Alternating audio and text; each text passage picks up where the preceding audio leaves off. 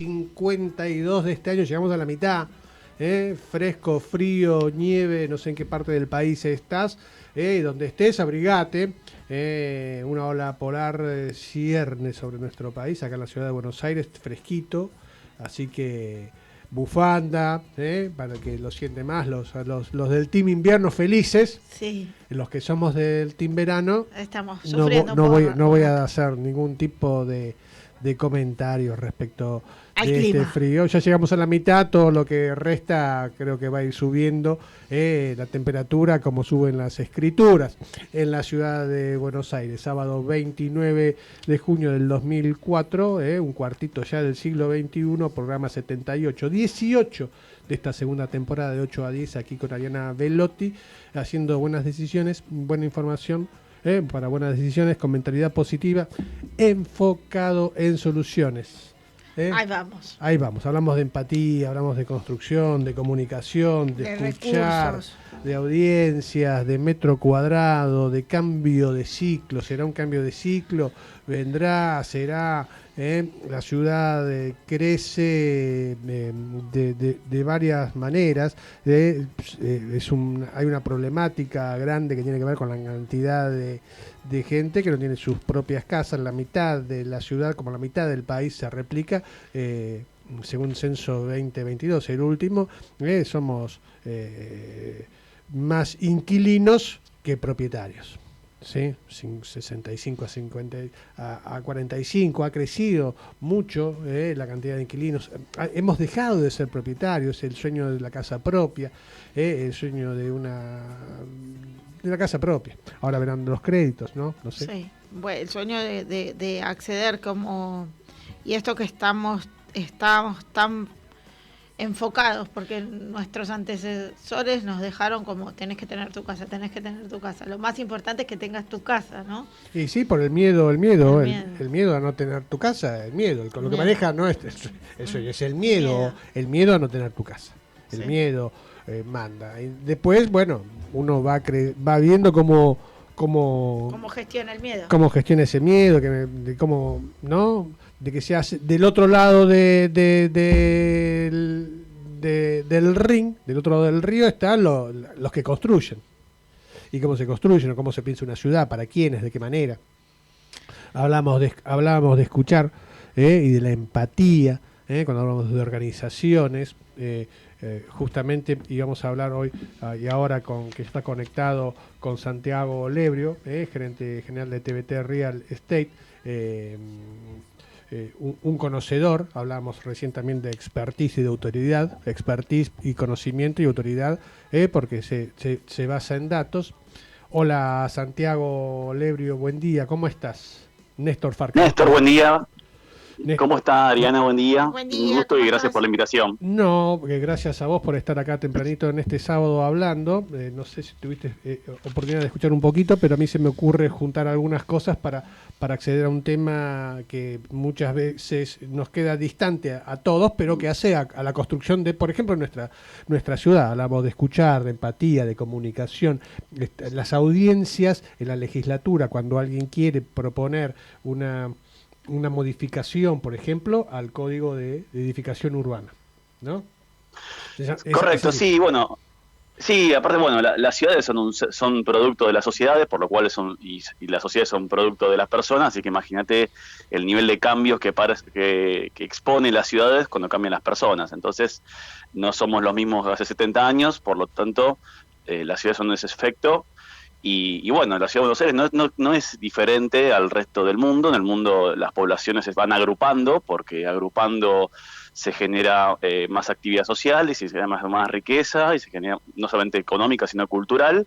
Bueno, la ciudad de Buenos Aires también tiene ese fenómeno de agrupar personas en menos espacio, porque también la sociedad cambió. O sea, hay barrios, este censo 2022 nos trajo una novedad que no teníamos, que ya tenemos el primer barrio de la ciudad que tiene más hogares sin hijos que con hijos, que es el barrio de Palermo, donde el 56% del barrio ya tiene hogares sin hijos. Y cuando hablo sin hijos es no que las personas que lo habitan no tienen hijos, ¿no? Porque obviamente existen familias ensambladas, digamos, hogares donde hay un solo integrante del matrimonio o de la pareja y tiene el hijo o a los hijos en distinta cantidad de días. No, acá estamos hablando de que ya el 56% en el barrio Palermo y esto está pasando en todos los barrios, salvo en la Comuna 1, donde está el barrio 31, y en la Comuna del Sur, donde están los otros barrios populares de la ciudad, ¿no? Entonces, el resto de las comunas estamos viviendo ese fenómeno que es mundial, ¿no? No es un fenómeno solo de la ciudad de Buenos Aires. Así que, bueno, las personas deciden tener menos hijos, eso impacta a nivel social y eso impacta en la construcción. Por eso también hay mucho más unidos ambientes en construcción. No es que solamente es una decisión de los inversores. Siempre al final de la película hay un comprador, hay un consumidor, hay un inquilino, etcétera. Así que bueno, se nos plantea así el desafío lo que es urbano es siempre noticia, siempre interesa a la gente, porque la verdad que si no sé si ustedes tienen la oportunidad alguna vez de ir a alguna de esas charlas que daba el anterior jefe de gobierno en los barrios, y los reclamos de las personas eran 100% urbanos, que el tránsito, que la basura, que las construcciones, que el ruido. Así que bueno, es un tema siempre presente en las personas porque es parte de su día a día. Y bueno, y los que planifican la ciudad tienen que entender que estos fenómenos globales y sobre todo locales también van a repercutir. Y la construcción, sobre todo en la ciudad de Buenos Aires, que es un dato interesante, no es como en Europa o en Estados Unidos, que lo hace el mercado financiero. Acá lo hace la industria de la construcción mayormente con pequeños industriales. Entonces, básicamente responde a la demanda, no es un generador de oferta como se cree. De hecho, se construyen menos viviendas de las que se demandan en muchas comunas, por lo cual, naturalmente, los fenómenos son diferentes en toda parte del mundo. Y un poquito para antes y por ejemplo, respecto a los inquilinos, que en la ciudad de Buenos Aires son el 35% en realidad de los hogares, no al revés, el dato está al revés. Uh-huh. Y a nivel país es menos del 20%, o sea, pero somos es el 35%. En Europa, por ejemplo, el país con más propietarios, con más del 90% de los hogares propietarios, es Rumania, que es uno de los países más pobres de la Unión Europea. Entonces, la realidad no es tan fácil, digamos. Sí, la pobreza se mide de diferentes maneras también, ¿no? No, por eso. Sobre todo el tema de ser inquilino no es ser pobre, ser propietario no es ser rico. Me parece que ahí, la verdad que hay muchas cosas para meter en el medio. La verdad que estamos analizando sociedades, estamos analizando personas, por lo cual no tenemos que perder de lado esa complejidad que existe a la hora del análisis y no linkear por ahí datos directos, porque puede ser confuso, dado que hoy hay parejas o personas solas de menos de 40 años que no fijan su hogar en una sola locación y quieren estar en movimiento y deciden ser inquilinos. Hoy como por ejemplo, a mi caso personal, que yo podría tener auto y decido no tener auto en la ciudad de Buenos Aires porque me parece una pérdida de tiempo y dinero. Pero, ¿entendés lo que digo? Y alguien podría decir, ¿sos pobre porque tenés auto? No, la verdad que no. O sea, prefiero entenderse. Entonces, todas esas cuestiones, esas decisiones están pasando y hay que meterlas a la hora de tomar la decisión y no tomar el mismo parámetro que se tomaba hace 50 años, donde tener una casa o tener un auto era un sinónimo de estatus, ¿no? Sin duda.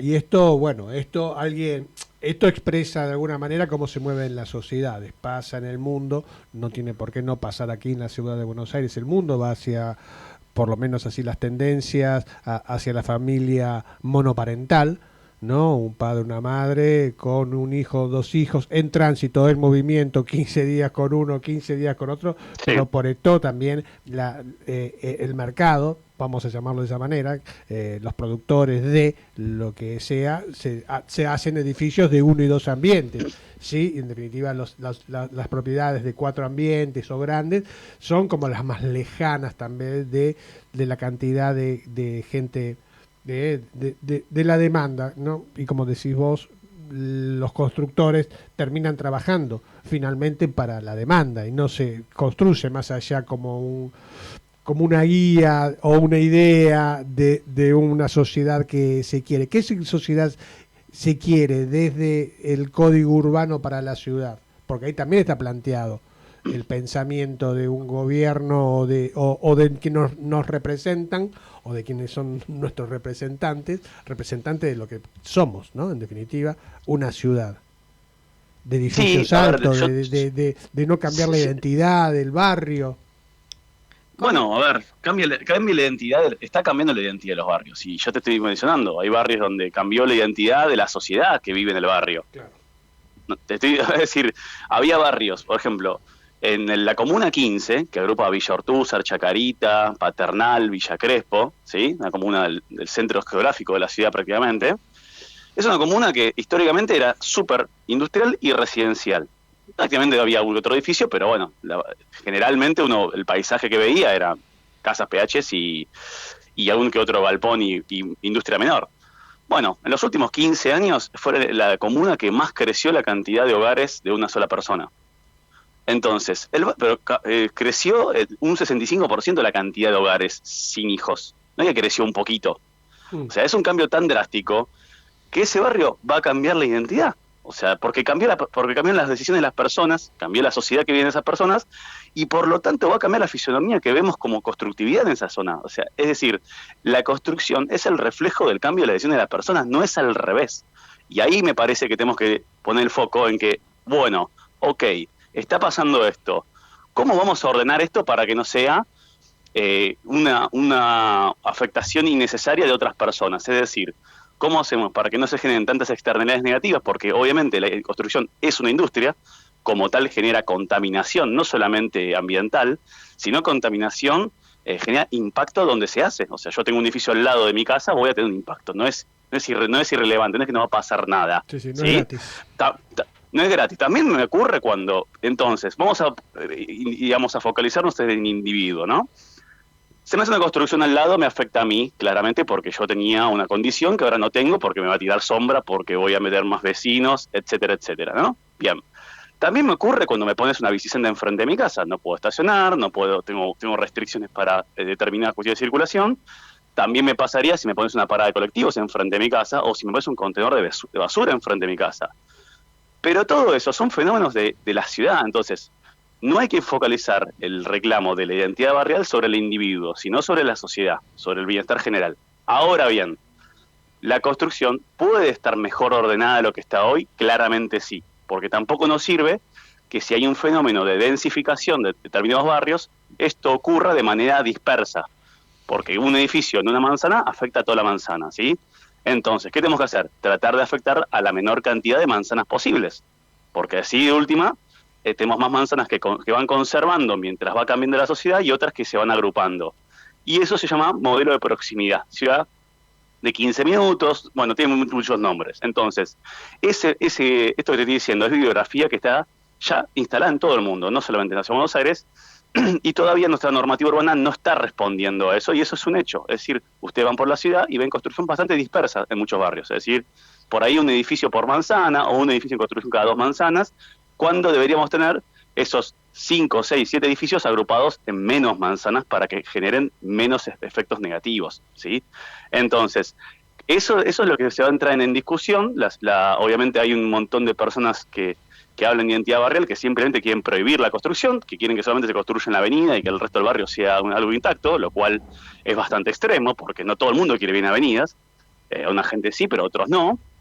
Y otros proponemos que, bueno, hay un modelo de ciudad que tenemos que decir, bueno, si yo tengo subte cerca, tren cerca, servicio, etcétera, bueno, alrededor de eso, digamos, tiene que haber un lugar para que se densifique y se agrupen las personas, y también, lejos de eso, tiene que haber lugares donde se conserve el paisaje actual, donde la construcción no sea, digamos, motivada, incentivada, pero bueno, en ámbitos radiales, es decir, no sobre avenidas y calles internas como si fueran el día y la noche cada una, sino como, como ciudad, ¿estaría bueno que tengamos una casa con jardín a 5 cuadras del subte?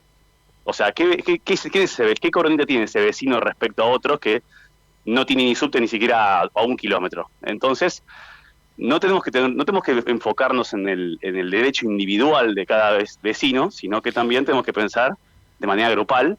Y en definitiva, bueno, hay barrios que han recibido mucha inversión pública, que la han hecho todos los vecinos de la ciudad, y eso tiene que ser repartido en personas que quieran vivir en ese barrio y no tienen restricciones, porque alguien está defendiendo su patrimonio personal. Así que bueno, esto pasa en todo el mundo dice, quiero que haya construcción, que haya actividad, pero no acá. Esa es la frase histórica en el mundo. Me encantaría que todo pase, pero no acá. Entonces, bueno, no funciona así.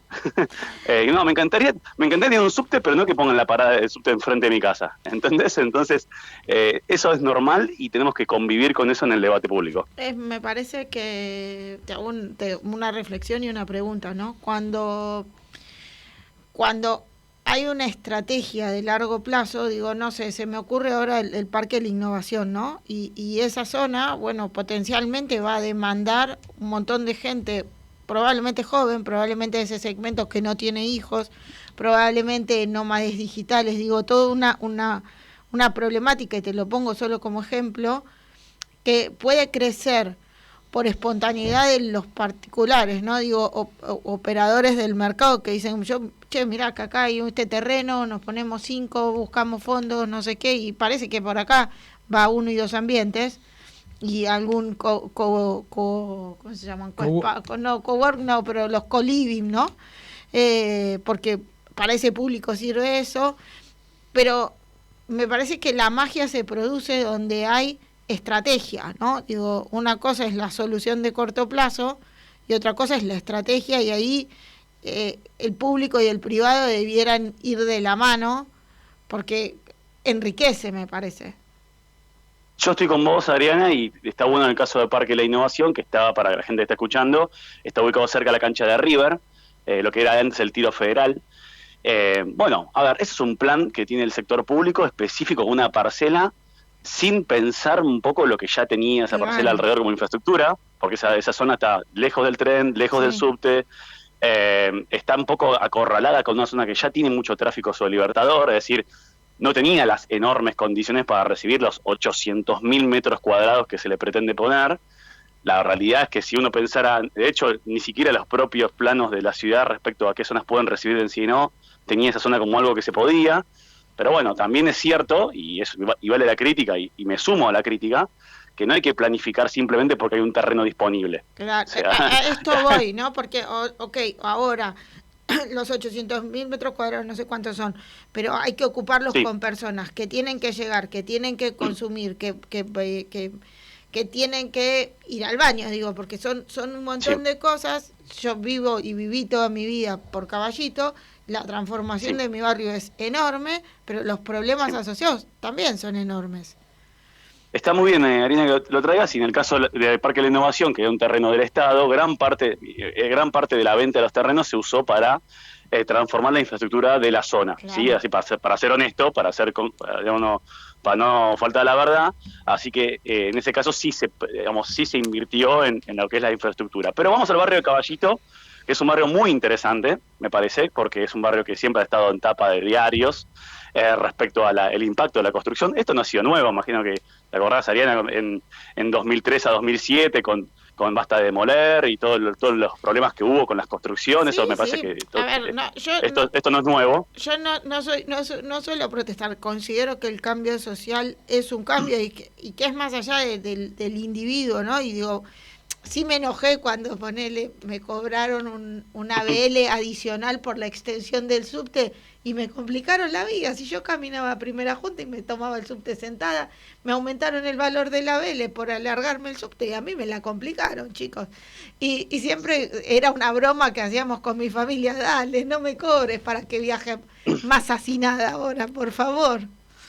Pero vos también tuviste... Sí, pero tuviste en el subte el cambio de los trenes que tenían 100 años a coches con aire acondicionado, mucho más cómodos. O sea, sí, realmente te voy a contar un secreto y no te quiero contradecir. Entre el coche de madera y el que llegó con aire acondicionado, vinieron unos vagones sin aire acondicionado y herméticos.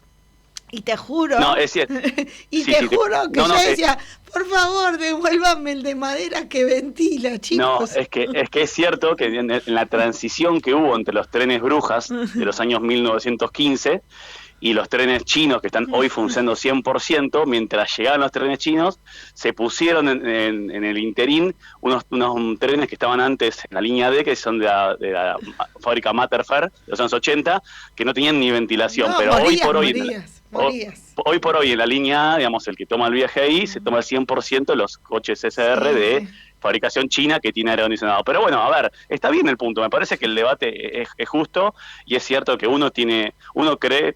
a ver, un poquito la idea sería, che, bueno, yo vivo en mi barrio y quiero saber qué va a pasar por lo menos. Es decir, que esa previsibilidad de decir, bueno, yo estoy viviendo hoy en Pedro Goyena y Biel. ¿Qué va a pasar en mi casa? ¿Qué va a pasar alrededor? Quiero saber que me digan y por qué, o sea, me lo justifiquen. ¿Van a densificar? ¿Por qué? ¿Están las características? ¿Sí o no? Bueno, y en función de eso, cada individuo tomará la decisión de quedarse, de darle el departamento a Néstor para que lo venda. Cada uno tendrá que hacer su decisión. Pero estaría bueno que en esta discusión de la normativa urbana haya una justificación. No sea solamente la lucha entre identidad barrial o industria de construcción. Me parece un poco una discusión donde deja de lado el hecho de pensar qué vamos a hacer con la ciudad y en qué parte se puede y en qué parte no, considerando todo lo que hablamos al principio, por lo que mencioné al principio, es decir, lo que decía es, la ciudad, la gente se está agrupando, la gente está teniendo menos hijos y va a haber más densificación. Querramos o no va a ocurrir porque la gente decidió que ocurra. No es una decisión de Santiago, ni de Ariane, ni de Néstor, ni del jefe de gobierno. Es una decisión en que toman las personas. Entonces, lo que tiene que hacer la política pública es conducir eso para que sea lo más beneficioso posible. Si tenemos más personas agrupadas, vamos a tener más comercio, más oportunidades laborales, también vamos a tener más tráfico, también vamos a estar colapsando servicios. Entonces, tengamos en cuenta todo, en qué matiz también lo podemos poner. Pero también, como vecina de Caballito, me parece que nadie más afectado que vos por la compañía de Sur y sus cortes eléctricos, ha sido histórico. Sí. Y vale la pena traer el punto. Bueno, no hay o sea, la realidad es que donde más se construye son en las comunas del norte. Caballito ya no están en primeros en los rankings hace rato. Y los cortes de luz no tienen nada que ver con la construcción. Yo te voy a comentar, y esto está bueno para que la gente lo sepa. Cuando vos haces un edificio de más de 1.500 metros cuadrados, que es la mayoría de se construye en Caballito, te obligan a poner una cámara transformadora. ¿Qué significa eso? Que en vez de recibir electricidad de baja tensión, recibís de media tensión. Entonces, el edificio recibe una tensión diferente a lo que reciben las casas que están linderas. Y de hecho, una vez que se pone la cámara, mejora la capacidad de transporte. Eso hizo Denor en casi todas las comunas del norte y por eso casi no hay corte de servicios. Pero de Sur te pide el espacio de la cámara y luego no la pone. Por eso después colapsa de Sur. Entonces, tenemos una particularidad respecto de Sur y su rendimiento, porque vos pensás que en Palermo se construye mucho más que en Caballito y no hay los cortes de luz de Caballito, y vos decís, ¿qué pasó ahí? Bueno, porque de norte pone las cámaras transformadoras y entonces el consumo está abastecido. Sí, la red funciona mejor. Tiene mucho mejor. Mejor. Bueno, y aparte, a ver, tenemos cortes de luz en barrios que casi no se construyen, entonces decís, no está relacionado. Hay una cuestión particular con Edesur, histórica, y lo mismo ocurre, y eso está bueno para traer en la discusión, con el tema del agua. Viste que el tema del agua es un temón, que mucha gente dice, bueno, me quedo sin agua, me baja la presión. Bueno, hay muchísimo. Bueno, ¿qué pasa? Hay muchísimas casas en la Ciudad de Buenos Aires que no tienen tanque de reserva, es decir, que reciben el agua de la red directo a la canilla. Sí, esas las casas sobre todo 100%. Exacto. Bueno, eso en realidad por normativa no está permitido. Pasa que lo que pasa es que la casa está construida antes que la normativa. Entonces, claro. ¿qué es lo que sucede? Los edificios normales que tienen hasta 2.000 metros cuadrados no le piden más agua a la red, usan el mismo caño que tenían originalmente. Es decir, si un caño de 3/4 que ingresa de la calle, ingresa al edificio y lo que agrega el edificio es tanques de almacenamiento y consumo sobre eso, pero no le quitan presión al sistema, le sacan la misma presión que siempre. Pero ¿qué ocurre? La presión que llega de AISA no es constante, no es que todo el tiempo llega la misma presión de agua, a veces sube, a veces baja. Como no tenés tanque de reserva, lo que hace el tanque de reserva es mantenerte la presión, es decir, cuando baja la presión de agua, empezás a consumir un poquito de tanque de reserva. Cuando la presión vuelve a subir, el tanque se vuelve a llenar. Exactamente, entonces lo que pasa a la gente es que pierde presión porque la realidad es que otros edificios están llenando sus tanques de reserva y como vos no tenés, te baja la presión. Así que bueno, a ver, me parece que todo eso hay que meterlo dentro y también pero obviamente si empezamos a hacer edificios gigantes de 5.000, 10.000 metros cuadrados, que sí necesitan mayor nivel de caños de agua, ahí sí va a haber no solamente una caída de la presión, sino que vamos a estar comprometidos mucho más que eso. Entonces, tenemos que definir en ciertas zonas qué tipo de construcción vamos a permitir para ver qué servicios podemos soportar con lo que tenemos. Tampoco está bueno estar modificando toda la infraestructura por la construcción. Así que creo que ese debate está bien, creo que cada barrio tiene su capacidad de recibir y me parece que tenemos que participar en eso. Yo lo que digo es no poner el derecho individual por encima del colectivo, eso es muy importante, y también entender que, porque esto es un mito constante, que no es que no se construye para nadie, como te digo, en los barrios en la Comuna 6, que es Caballito, en la 13 y 14, que es Belgrano, Núñez, Colegiales y Palermo, en esos barrios, que son los tres barrios, son los tres comunas de máxima construcción, en esas comunas creció más la cantidad de población que la cantidad de viviendas. Por lo cual, por más que parezca que construyamos mucho, construimos menos de lo que necesitamos. Yo sé que alguien me está escuchando acá y dice, no puedo creer. Bueno, son los datos de la realidad. O sea, a ver, hay mucha gente acá que me está escuchando, seguramente no tiene ni idea que hay barrios enteros que no tienen construcciones, enteros. Villarreal, Villa Mitre, Versalles. Bueno, entonces, y también el dato también interesante es que el 80% de la ciudad de Buenos Aires tiene construcciones de hasta 2 plantas nada más. Es increíble, la gente, yo cuando lo digo el dato, la gente no puede creer, dice, no puede ser, Santiago. O sea, estos datos de dato oficial. La mayor parte de la ciudad tiene construcciones de hasta 2 plantas, y que hagan ejercicios, salgan a la calle, caminen un poco los Buenos Aires, vean que lo que más hay es eso. Lo que pasa es que nos quedamos todos con los barrios de siempre, con Caballito, Belgrano, Palermo, Microcentro, Recoleta, pero eso es una sección geográfica muy limitada. De hecho, si vos en Caballito cruzás Directorio y te vas para Parque Chacabuco, lo que vas a ver es planta baja y un piso. Y si cruzás Avenida Avellaneda y vas para Gaona, lo que vas a ver más que todo son planta baja y un piso. Entonces, antes de meternos en toda esa charla, está bueno hacer el ejercicio, me parece, para ponerle un matiz y buscar un punto medio. Santiago Lebrio, gerente general de TBT Real Estate. Bueno, acá trayendo autoridad. ¿La autoridad de qué? De los datos, ¿sí? De la información.